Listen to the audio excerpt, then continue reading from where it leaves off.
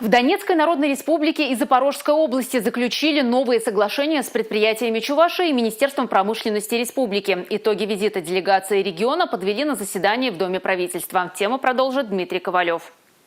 Уже в начале декабря на Донбассе запустят подстанцию, произведенную на Чебоксарском электроаппаратном заводе. Местные специалисты энергетики обучались на базе ЧИАЗа. Чувашские предприятия продолжат оказывать поддержку новым республикам и областям страны. Одна из ключевых задач – восстановить стабильное электроснабжение. Определили подстанции 35 киловольт, их около 10, и трансформаторных подстанций 6-10 киловольт, необходимых для восстановления как раз таки городской инфраструктуры, их там около 400.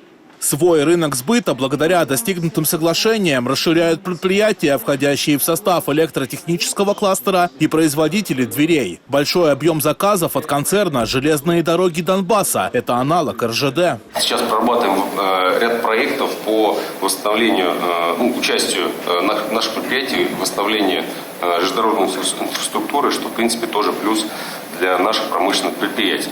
Предприятия республики также начнут поставки продукции для строительства фортификационных сооружений и восстановления электроснабжения на одном из крупнейших заводов в Запорожской области. Всего по итогам визита делегации Чувашии было подписано 5 соглашений. В рамках кластеров у нас были 2 решения. То есть первое решение – это включение 2 подшефных предприятий в межрегиональный электротехнический кластер промышленный, как раз таки по направлению электротехники. И второе по кластеру, так называемому дверному, по комплексному оснащению помещений. Нам, соответственно, определили площадки, где можно нашим предприятиям локализоваться.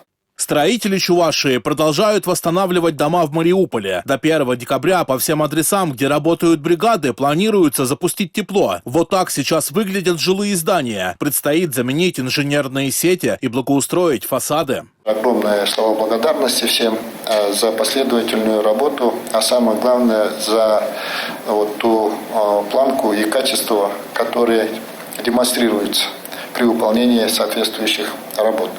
Это очень здорово, и несомненно мы здесь получаем как минимум 2 таких основополагающих фактора, достигаем результата и получаем благодарное отношение людей.